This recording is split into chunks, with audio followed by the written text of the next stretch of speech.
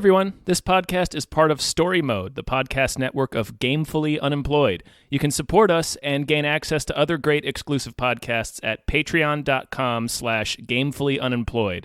That's patreon.com/GAMEFULLY unemployed, which is spelled like it sounds.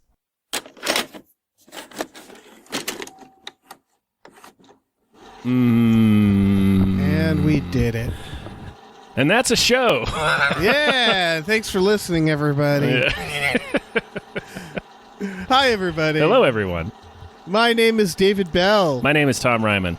And we just watched Freaky. That's the only way you can say that word. That's right. It's freaky. Freaky. Oh, yeah. Okay, so I was never the most popular, Homecoming's this weekend. Booker is going to be at the dance. and boys never really noticed me.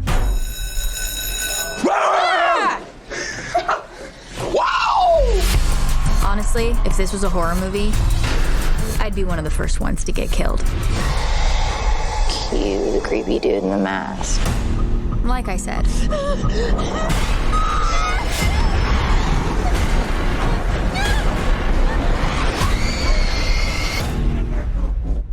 But actually, it turns out Where am I? I didn't get killed. Oh my god, why do I sound like that? I woke up in the killer's body. This is a $20 rental.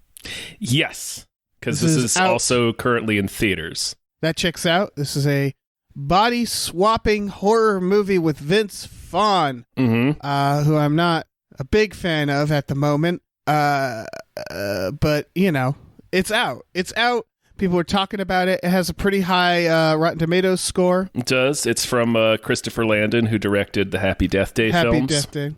Yeah, it's Blumhouse, who is a very... I mean, they're good, you know? Yeah, You want your horror, you go to Blumhouse. sure. Sure. And yeah. Tom, what did you think of Freaky? I really liked it, actually. Really? Yes, I did. Why? Because I thought it was funny.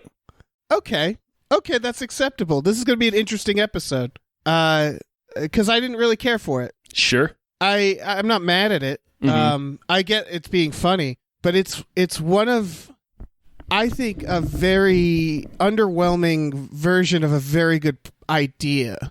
In that it's a movie filled with cliches, first of all. Yes. And not cliches they're subverting, just cliches. Yes. It's every beat of a slasher film. It's paint by numbers. And it does have some funny moments. I mean, Vince Vaughn's killing it. Yes. There's some great, even emotional moments between him and a teenage boy. Yeah. There's some scenes where I'm like, hot damn, that's what a cool idea. Yeah. But generally They went speaking, for I it. think, generally speaking, I think this film kind of missed the point of what a body swapping movie can be. I don't know. I sort of strongly disagree with that. Well- I will agree that the slasher movie elements are just kind of like, you know, they're just there to service the higher concept premise. But like the point of that premise is to watch an actor like Vince Vaughn try to be a teenage girl. But that's not the point of the premise. Is The point it of not? No, the point of a body switching premise is to watch a character learn something from a new perspective. Body swapping movies, that's the arc, right? That's why you have a body swapping movie. You're talking about the I'm talking about the Like- game. that's the side effect. Yeah. But the core idea, the reason to make a body swapping movie, a Freaky Friday or a Big, is to give the character an arc based on that new perspective. It does to an And- extent. Not really, though. They start with the idea that she's just bullied, which is very funny because she looks like an actress. Right, yeah, it's Catherine Newton from oh gosh, she just did some show on Netflix, and She's also killing it. yeah, she's also doing great. She gets to do a lot of really fun stuff while she's possessed by the killer. Yeah. But yeah, I mean, it does that. Yeah, it does that thing that you just kind of have to accept from these movies, where it's like everybody's picking on this clearly extremely attractive woman and being Right. like, "Oh, she's a dog," and it's like, okay, They're like, movie. why isn't she wearing a leather jacket with a ponytail? She'd be so much better with that. Yeah, exactly. And It's real Rachel Lee Cook wearing glasses, and she's Yeah. all that. There's a lot of hyper reality when he goes to the school and like attacks his friends in the kitchen, and a cafeteria worker sees him, runs away, and then they just like hang out in the school for a while. And he's like, I'm sorry, where are the police right now? Like she spends a lot of time as Vince Vaughn just hanging out in a high school unnoticed after witnesses, which I thought was very weird. Yeah, it's really only one scene after that. Well, they fight go in into the kitchen. bathroom. Mhm. He bullies a child in the bathroom. Yes. And then they have the shop teacher thing. So they talk in the kitchen for a little while because she has to convince them Right. that she's her. Like that school should be on lockdown. Yeah. Yeah. It's and that's okay since it's a comedy. But I don't know. I didn't, since there's like no real. Again, I don't feel like there's much of a point. What I was getting to is, so she feels weak Yes. and bullied. It would have helped if she was a type of person who would have gotten bullied, but whatever. Yeah, that's movies. And she body switches with Vince Vaughn, serial killer, and she doesn't really gain like when this movie had a open where they have like the stereotypical characters at a party, Yeah. or at a mom's house, and that's how they do it in Ancient Knife. I thought like the really a better choice would have been the really superficial, like cheerleader type of girl to body switch. Someone who needs a new perspective. But she goes into this body and it basically comes down to, oh, I'm stronger. Right. She experiences physical strength, but then has like a conversation with her mom, and then she talks to that boy. That mom conversation was extremely sweaty. Yeah, it was. It was. It wouldn't have happened. She goes on a car chase. They go to the mall. They're like hiding in the dressing room, and her mom just happens to be there. And then they just start talking about her dead husband. Mm-hmm. And it's her mom works. They say a few times that that's her mom's store. Oh yeah, I just mean the tonal shift. Her just suddenly opening up to a guy in a dressing room. Right. Yes. It's very sudden and weird. Mm-hmm. But I'm saying I'll agree they don't entirely land it, but the elements of it are there where it's like, okay, now I'm physically strong, but I still don't really feel any different, and so it's like, right, that's the reconciliation. That's the reconciliation where it's like, I can be this 6'5" giant and be physically strong, but what really matters is how I deal with my emotions and how I repair my relationship with my mom and my sister. Right, which is what made the final end, which another cliche, the killer gets killed and then isn't dead. Of course. Felt very disappointing to me because that's when you'd apply what the characters learned. And also, the killer would have a new perspective. She would have a new perspective on who this killer is. There's a lot of things they could have done. Mm-hmm. Her learning he's just kind of a cliche killer. He's Jason Voorhees, basically. Yeah, basically, which is fun. But they don't he doesn't, for example, I get why they decided not to do like he gets a new perspective, because that's with this particular premise, that's less of the point. But it's more like at the end where she's like, I learned something in your body, I could kick you in the balls, and it's just like, I wish she had learned something more substantial.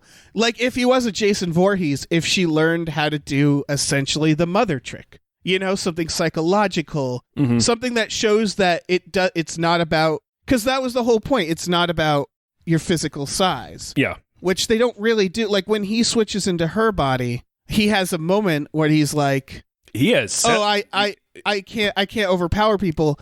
But then he just he figures out how to overpower people. That's it. He never overpowers anyone after that. Like fucking Alan Ruck kicks the shit out of her when she tries to kill him.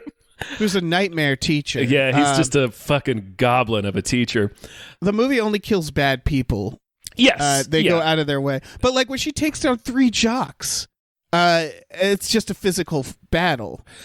And that's what I mean is like, but I thought the killer was going to learn how to use this new body in, excuse me, that's in a new way. Yeah, but that's kind of what that scene was. Like, she wouldn't have been directly able to overpower them. Like, she kind of, that's one of 2 or 3 different times where she lures horny boys, like, out back, and then is just like, hey, they think something's going to happen, and she just takes a bottle and stabs them with it.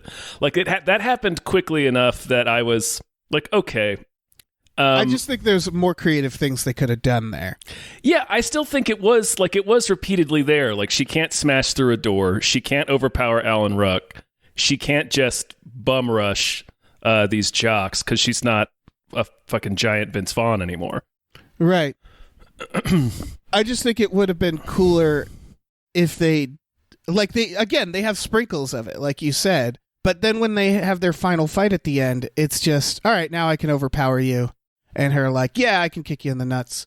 And like, it would have been neat to show that they actually, like, the body switching changed them in some way.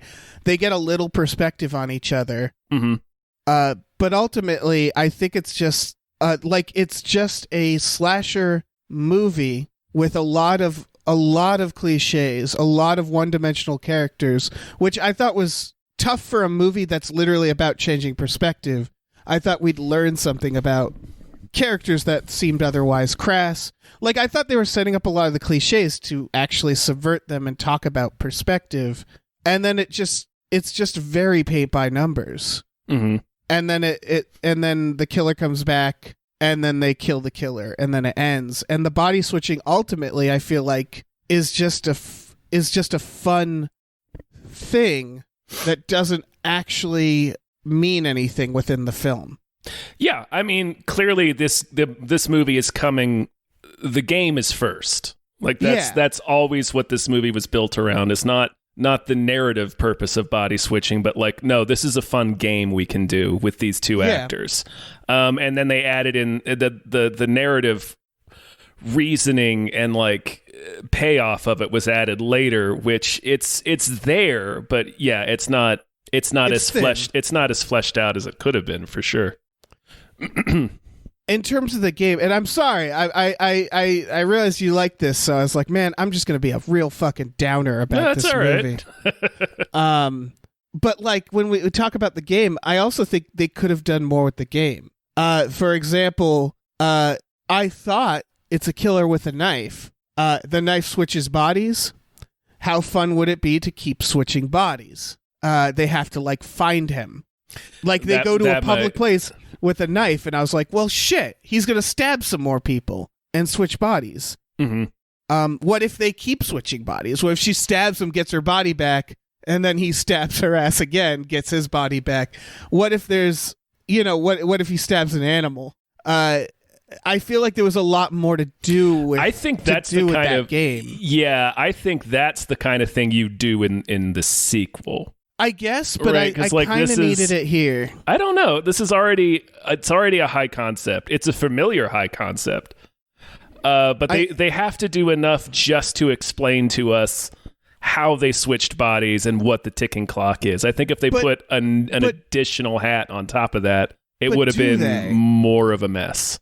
Do they really? Because it's body switching. We get body switching. There was that movie where 2 people pissed in the same fountain. Like, I think we can understand I think this movie needed to go out of control. I thought that my favorite part, besides the character moments where they're, where the actors are going nuts with this idea, they're, again, fucking great performances all around. But my favorite part was when, for a second of the film, they tried to make us believe that they couldn't switch back. And I was like, oh, cool. And then they're like, oh, never mind, I set my clock wrong. And I was like, damn. I needed I needed the game to keep going. Because it was like, by the time they're in the high school, it's like, okay, I get this. Mm-hmm. And then I thought, like, the stakes never really get any higher. When they put the knife away in the police station, you instantly know, like, oh, okay, they're going to have to break into the police station, get the knife, stab him. And then that's what happens. And there's no surprises, really. Yeah. And I wish there were more surprises. I mean, that's fair. Yeah. I just, I don't think it's enough to take, like we talked about this on Hypecast. He's essentially, this director seems to be taking high concept comedies and applying them to horror. Right? Yes. I don't think that's enough if they don't know why you're doing it. I feel like he was expected to do that again and was like, okay, well, what if we take this and put it with this? And I feel like they could have done a lot more with that. Yeah. Because it's a good idea and the performances are great. Yeah, I think, again, this is clearly where the game came first. Yeah. And I guess it's an argument why you wouldn't do the superficial popular girl in this one, because that's what Happy Death Day was. That's true. It's superficial person learns to not be an asshole just because she keeps dying over and over again. I'll say for sure Happy Death Day is more successful than this film is. Because it has those things that you were talking about. Yeah, that felt like it's the person's first idea. This feels like you're given pitches and they're like, well, what else you got? And then it's like, well, I have this other idea. What if this was from the killer's perspective? I'm not sure if that works, but that's another detail, is that her dad's dead in this. And that doesn't come into play that much. It's because the thrust of it is her dad's death has fragmented her family. Yes. And then they come back together in the end. Yeah. I thought maybe the killer was going to see a family suffering loss or something like that. And again, you're right, is that the killer doesn't really need an arc. Mm-hmm. But maybe that would have been a neat angle to actually give the killer a compelling arc. Like, I thought I don't know. I think there could be something to that. Yeah, no, for sure. Something surprising there. Mm-hmm. But it's also, again, like the game is so upfront in this that it's like, well, they're like, well, the more fun thing to do would just be to have him like impishly being like, oh, like this is the kind of shit I can do when I look like a teenage girl. I can get away with a lot. Oh yeah. She did. That's one of my favorite scenes, is when she wakes up as the serial killer. That's so good, that whole sequence. Again, it's interesting because both actors get to do this stuff, but Vince Vaughn gets to be more noticed. Yeah, doing it. His is the bigger performance for sure. Yeah, she doesn't have many lines when she's the killer, but it's a series of like looks and physicality. That's still an incredibly fun performance. Yeah, I would have liked, this is in the performance, this is in the writing, I would have liked that it was a straight up Jason Voorhees, because she is articulate when as the killer. Mm-hmm. And that's in the dialogue. Like, I would have liked it to be more like a real, like someone who'd been living in the woods their whole life, you know? Yeah. Who's just like a shark that's in her body, you know? That's the perfect way to describe what it is. Yeah. The couple lines she does have though are really fun. Oh yeah. Like what would she say to that guy? She says something like it's one of the jocks is hitting on her, and she says something like, you make this pussy drier than something, and it's like, I can't. I look forward. She says, I can't wait to kill you. Yeah, it's so good. That's awesome. Yeah, it's a solid line. That's great. Like, again, I guess it's one of those weird movies where, like, and this happens with body switching movies, where you forget that, like, that actress isn't the lead in a way. It's like the movie Face Off. Exactly. Yeah. Yeah. Where it's like they actually spend very little time as the characters that they look like. Yeah, Nick Cage is technically the villain in Face Off, but he spends 90% of the movie as the hero. Exactly. And so this actress actually isn't in the movie nearly as much as Vince Vaughn. It's more like a Vince Vaughn comedy vehicle. Which again they do. I think this is where the movie excels, which is the relationships the actual conversations, the actual scenes. Like, I feel like this was the strongest point that they knew was strong, is just watching Vince Vaughn interact with two teenage characters and having a lot of fun with that idea. Yeah, all of their scenes together are great. Yeah.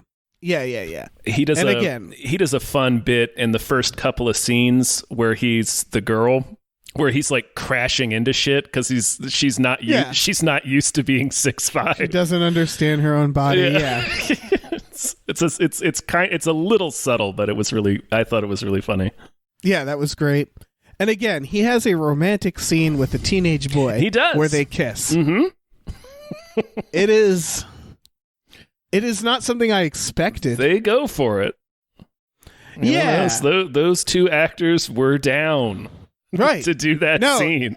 Of course they were. And like, I get why they have it in the movie. I'm not sure what they're trying to say about the characters. I guess they're just trying to say that it doesn't matter what someone looks like if you care about the person underneath. I'm not sure a high school boy he's a real embrace that. Yeah, real progressive high school boy. Yeah. High school football jock.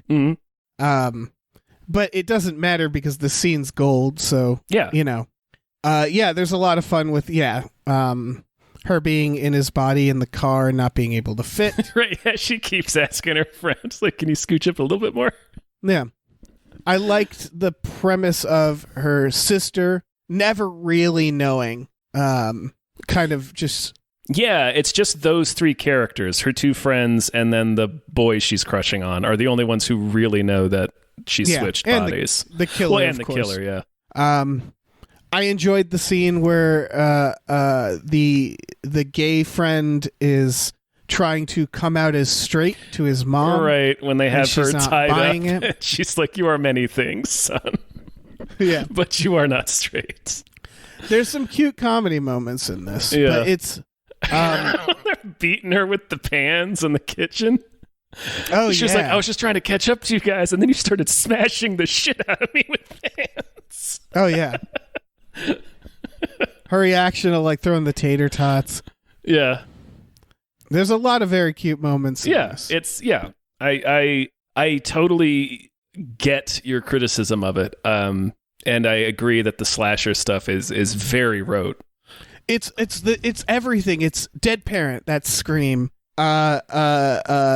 Bullied teen, high school. Why was there a cryogenic freezer in the high school? I don't know. It had athletics on the front, so I thought maybe it's like some kind of physical therapy thing. It's unrealistic high school. The high school, like the teen party, looks like it looks like it's a fucking like EDM club for some reason. Like they hold their high school drinking party, secret. And it's like fully like DJ'd and lights and shit. Like that was an impromptu party too, is because they canceled Homecoming, because of all the murders. Right. So they in an afternoon they put together this barn party. Right. The cliches are cliche by like 2005 standards. Like they're really cliche. I was bothered by the fact that everybody had to be unreasonably evil to die. Like the shop teacher is a nightmare of a character. Right. What the fuck is his problem? Yeah. The jocks. Yeah. It's everything. Like they keep calling her like ugly and shit. And it's like, again, she's a fucking actress. Mm-hmm. And again, I know that there's an element of that with just all Hollywood films. Yeah. But this felt like it didn't even try. I mean, and it was again, they do the she's all that where they put her in like frumpy clothes. Right. And like for a movie that comes out now, I just expected that to be on purpose. Like you think of Cabin in the Woods, where it's like they introduce the cliches specifically to comment on them. So I figured this was supposed to be subversive, but it's not at all subversive. No, not at all. It's just, and that's what really concerns me, is that it just felt very, I don't know, lazy. It concerns you, okay? Well, it did concern me because I'm concerned for this film. Yeah, because I really like the premise. And it's just it's just like they felt like they didn't need to try with those details. And so it's just so by the book, which is weird. It's just weird for such a high concept to not have much of a point, I guess. Yeah, I don't know. I mean, it is fun. You can make that version of the movie, and I think it might be. I don't know. I mean, look at a recent body switching movie we got, which was Get Out. I mean, it doesn't have to be that. It doesn't have to be talking about big social issues, but it's. I think whenever there's a high concept in a movie, I don't know. I'm forced to ask why, because I sort of need a reason why they're doing it. And I think most audiences subconsciously do, right? Is that when something like this happens, it's going to change the characters in a specific way. I don't remember what does happen in Happy Death Day with that. Does she have a Groundhog Day moment where something in her life? Yes. Okay. Yeah, it's reliving the same day. She starts to get different perspectives of things of events of that day and how she's been acting and been treating people and like it's Groundhog Day. It's Groundhog Day. Yeah, and like that's not. Yeah, I guess that's not particularly original, but it worked for that film. I never saw the sequel. Did you see that? I did not. No. I don't know if that's any good. I don't know. I guess what it is that I don't know if I don't like. But again, I think it's that movie. Both of those films, even though Christopher Landon didn't write the original Happy Death Day, that was written by somebody else. Really? Yes. He may have contributed to subsequent drafts. But that was an unproduced screenplay for several years. Like I think it was on the blacklist for a while, and that checks out. Yeah. But clearly the intent of that movie also was game first. They were like, well, let's do a murder mystery from this point of view, and then you can start picturing scenes, and you can picture how that game is going to be fun to watch, and then you fill in the story blanks after that. And like, right, and then this movie, I know exactly how this movie was sold. You're just like, well, it's free. I think it was originally called Freaky Friday the 13th. Yeah, that checks out. So and they just pitch that sentence to people, and they're like, well, what if a teenager switches bodies with Jason Voorhees? And then it's like, oh, you can immediately start picturing scenes, how that's going to work, and then you fill in the stuff later. But like, I think high concept has that sort of, I don't know if it's subconscious or not, where you want to be like, well, I want this to mean something. It has to have some sort of purpose behind it narratively.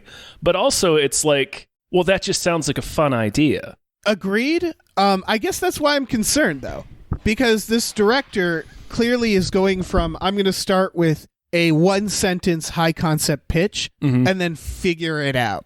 And I don't think that's the right way to make a lot of movies, and it's a really easy way, I think, as an artist, to burn out very fast, because it's when you start by that and then just sort of build as simple of a structure around it.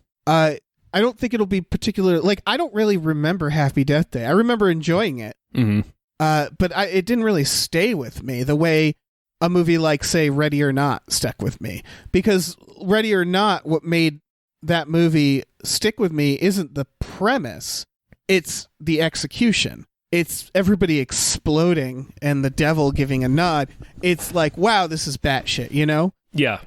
You're Next. Another, I don't know why I'm doing these house survival examples.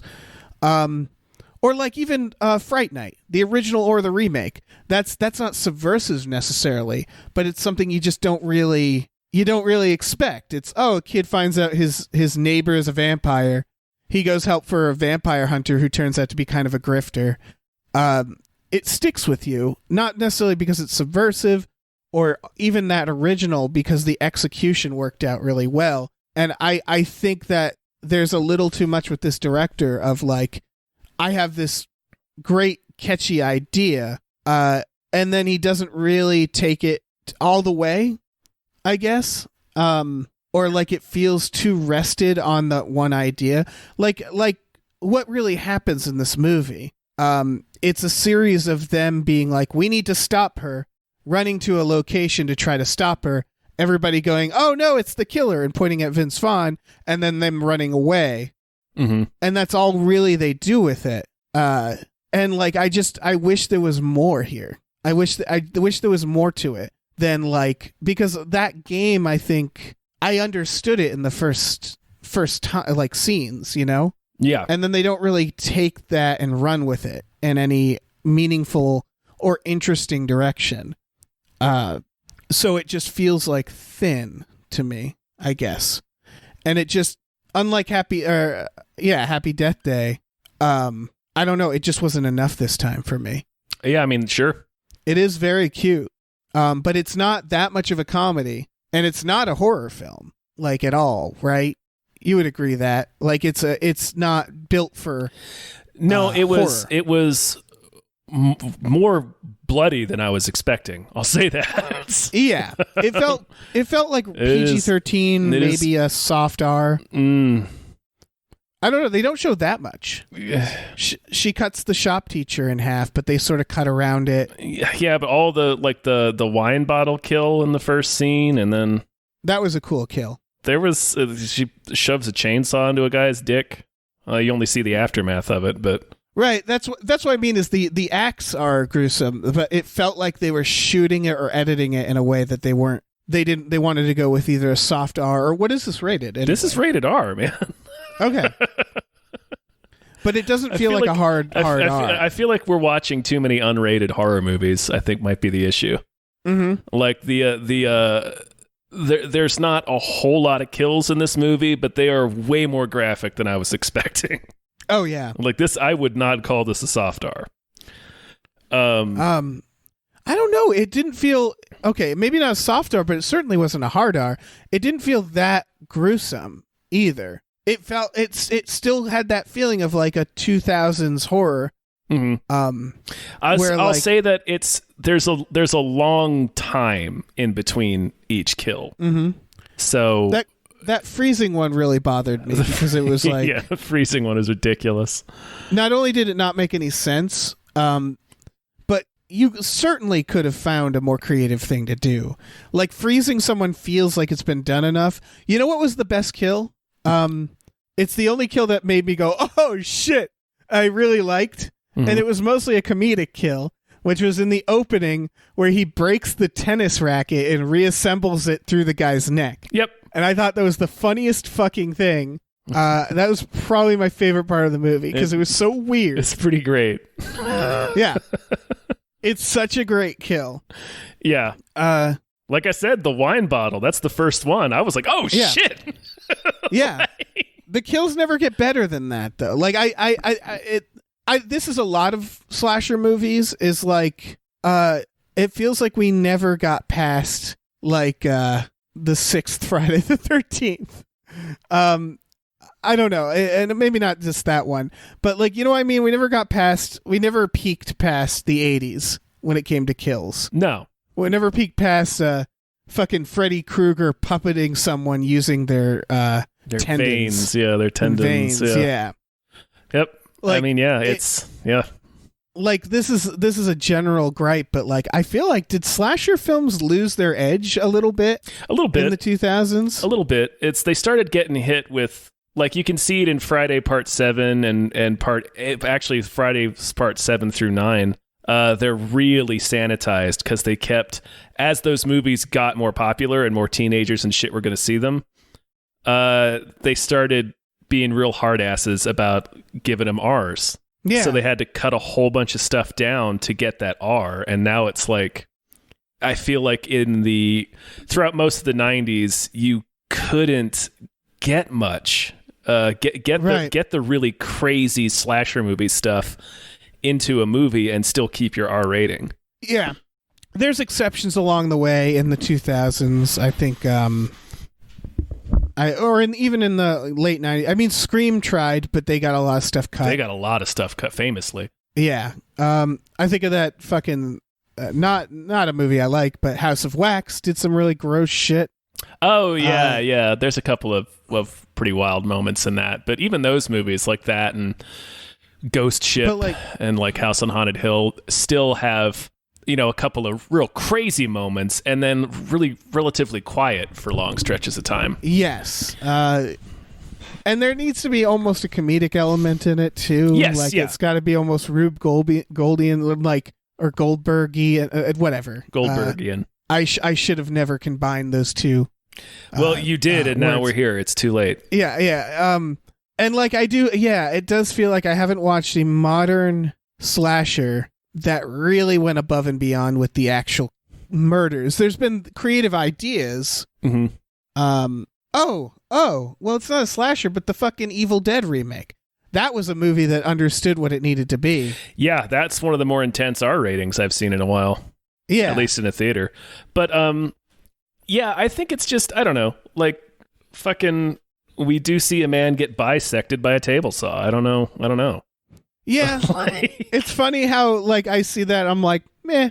Yeah, you saw that and couldn't remember if this was rated R. Like, Yeah. I think Well, no, because- no, that what- says more about you than this movie. No, because that actually specifically made me wonder. Because, well, no, I thought it was rated R. I thought it was a soft R because that's a scene where they seem to cut sort of around it a little bit. Yeah, really? A little bit. They also shoot it in a way that's a little more discreet.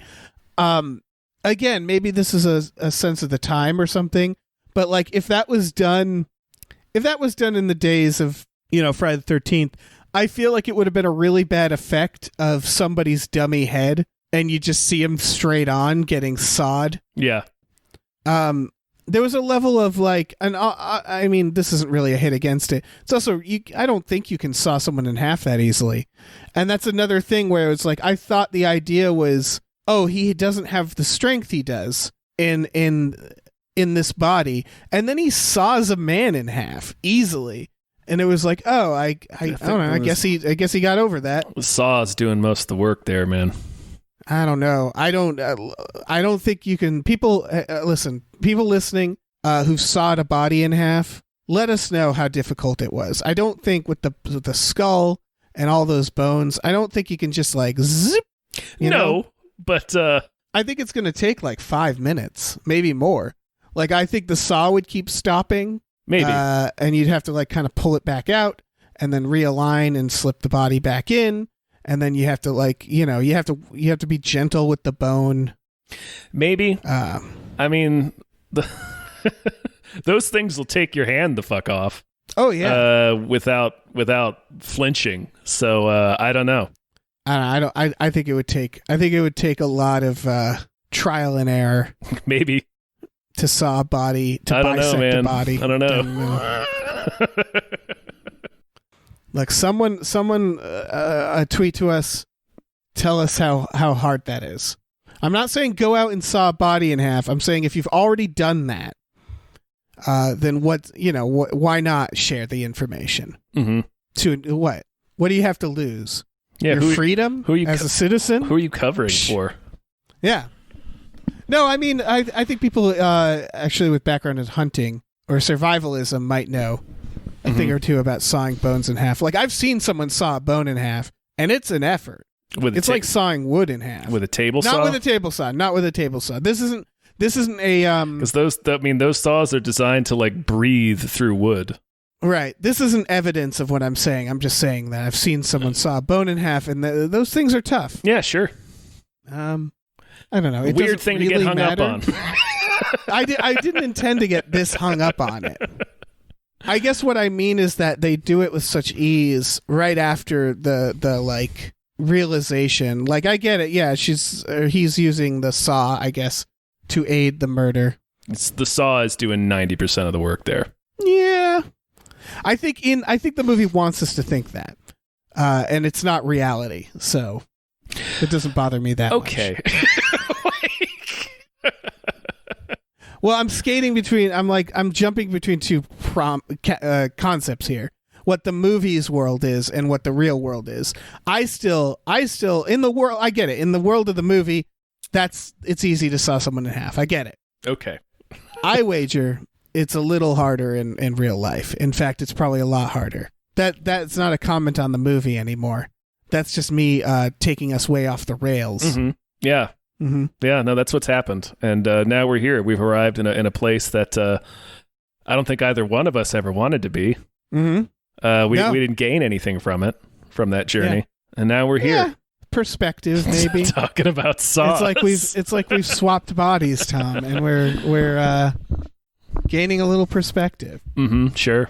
Yeah.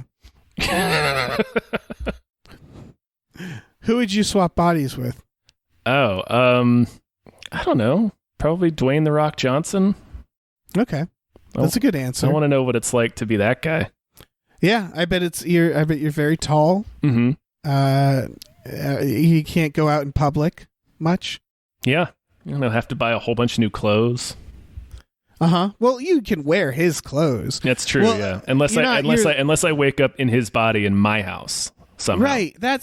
I guess that's never in body swapping. They never think like the bodies switch, the souls stay in place. It's never that. The souls are actually switching into the new bodies. Mm-hmm. That's what it is. It's not a body swap. It's like a soul swap, I guess, in the rules of body swapping. Otherwise, you could wake up in your own bed with Dwayne "The Rock" Johnson's body. Mm-hmm. And that has its own problems. That's a whole other set of issues, yeah. Mm-hmm. Yeah. Logistically, you should prepare a bug out bag just in case you ever swap bodies. Yeah, I think I said this on the Hypecast. Watching Possessor, like I think a real body horror body swap movie would be really fun. I like the idea of body swapping. Like, you know what? And again, it's not the movie they're making. They're making a Vince Vaughn comedy here. But like, if he killed her family or tormented her family or like gaslit her or like blackmailed her or started cutting off her own fingers and did some really dark shit in her body, I think that would have been a hell of a film. Yeah, that's completely different film. Not the movie they're going for. But if you were to make a body swapping horror, that's the way to go, which kind of is what happens in Possessor. Yeah. And I find that to be the way a more entertaining version of this premise, I think. I don't know. I mean, that's certainly the more horrific version of the premise. Yeah. Yeah, I don't know. Yeah. Who can say? Yeah. I don't have anything else to say about this movie. All right. Or Saws. Or Saws? Mm-mm. Let me think. Do I have anything else to say about Saws? I don't think I do. Mm-mm. So, yeah, I guess that's it. Yeah, I think that's a sode. That's a sode. I feel like the people listening this are no closer to knowing if they're going to rent this for $20. Yeah. But, whatever. We fucking spoiled the movie, so. We did, yeah, so now it's too late. It's too late. Jokes. You suckers. Jokes on you, suckers. Fucking suckers. Thanks for the money, chumps. Hey folks, we have a Patreon.